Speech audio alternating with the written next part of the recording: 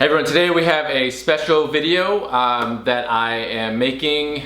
So this is for if you do not own Redwing boots and you are interested in purchasing your first Redwing boot. So I know that may exclude some of you, or quite a bit of you who tune in. This is the 3 which I recommend for your first Redwing boot. Now today I'm wearing the 8886 copper mocks with the black traction tread sole. Loving those still.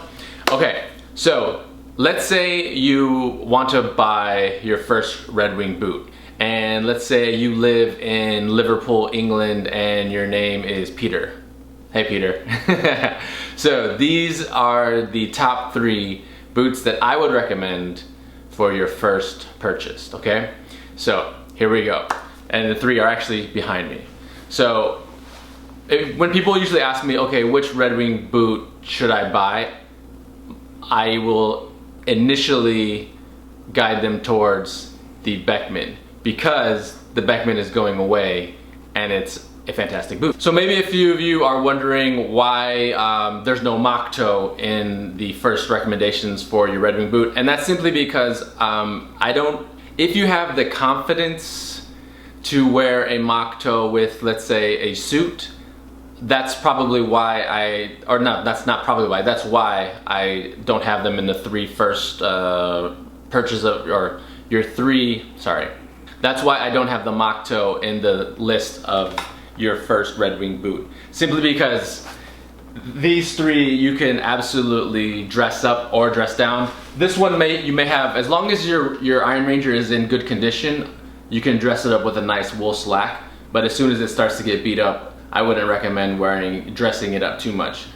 You can probably put a nice shine on it and get away with it, but if it's too beat up, I personally would go with maybe like a Beckman or a Blacksmith if you're gonna dress them up. That's why you don't have a mock toe behind me.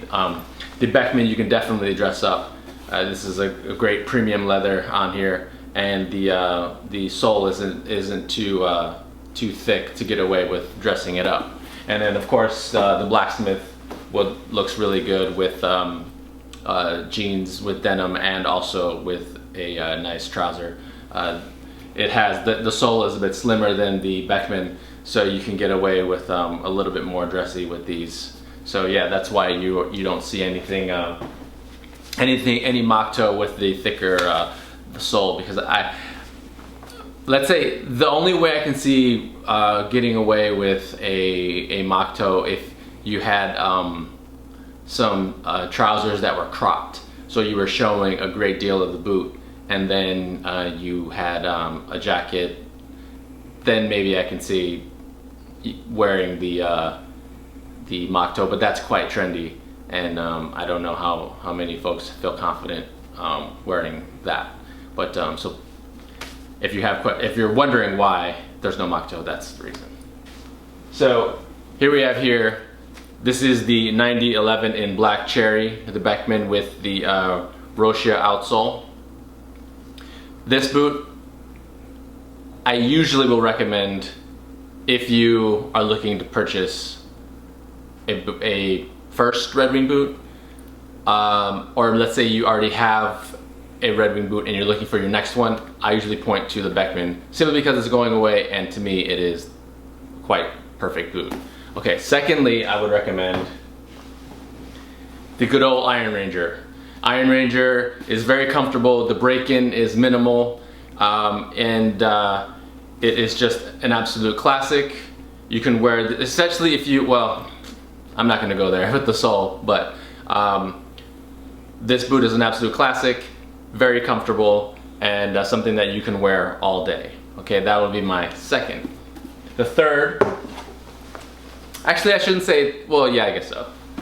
The third would be the Blacksmith. The Blacksmith, very, very minimal break-in. You can wear this boot out of the box, and I would say if you have the right fit, if it's the right size and you've been fitted, you will not have much pain at all breaking these boots in, versus let's say this one. You buy the Beckman and you're probably for sure gonna have, because the leather is different on here. This is a Featherstone leather, so this is a bit thicker, and you definitely will have some break-in time where your feet are aching and you want to take these boots off and throw them at the wall, versus the Blacksmith, where the break-in is quite minimal. The leather's very nice, very soft.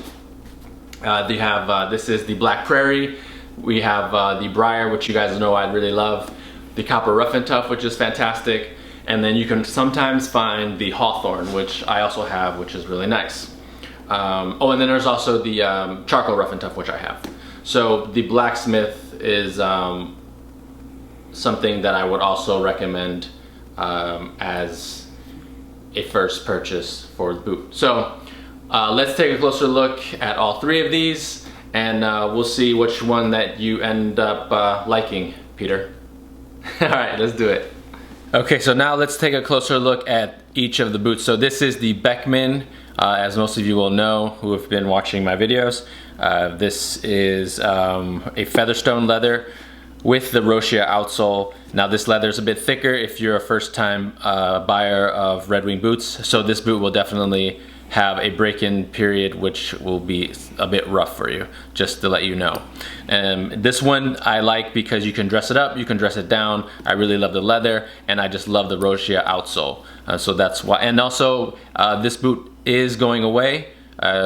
It's hard to find at a Redwing store in stores. You can find it online, and you can find it at the Redwing store in Tribeca at the Grown and Sewn Redwing store. Moving on to the Iron Ranger, the beloved Iron Ranger. Everyone loves the Iron Ranger. This is in the amber harness leather. This one is the 8111 with the nitrile cork. Now these are discontinued, but you can find them with a Vibram mini lug, which looks like this. All the Iron Rangers currently have that, but this is a very comfortable boot.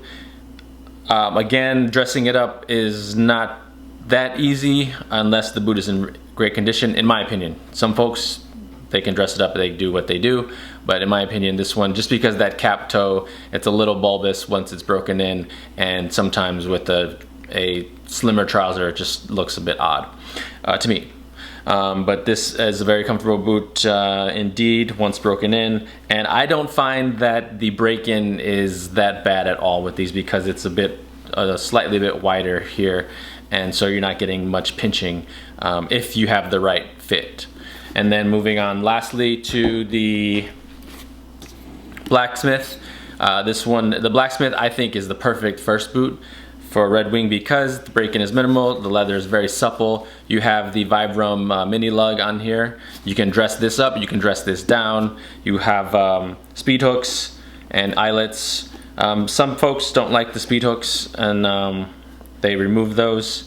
Or I've seen them also on the Iron Rangers removed, which is not a bad look actually. I think I kind of like the way, what was it, like speed hooks, and they changed the color of the hardware. It looked pretty good. Anyways, side note. Okay, so yeah, so the Blacksmith I think is a very very great first boot.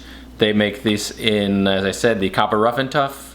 They do the Briar, which everyone knows I love the Briar, Charcoal Rough and Tough, and a Hawthorne. And this is the Black Prairie, which is a black over dye over brown leather.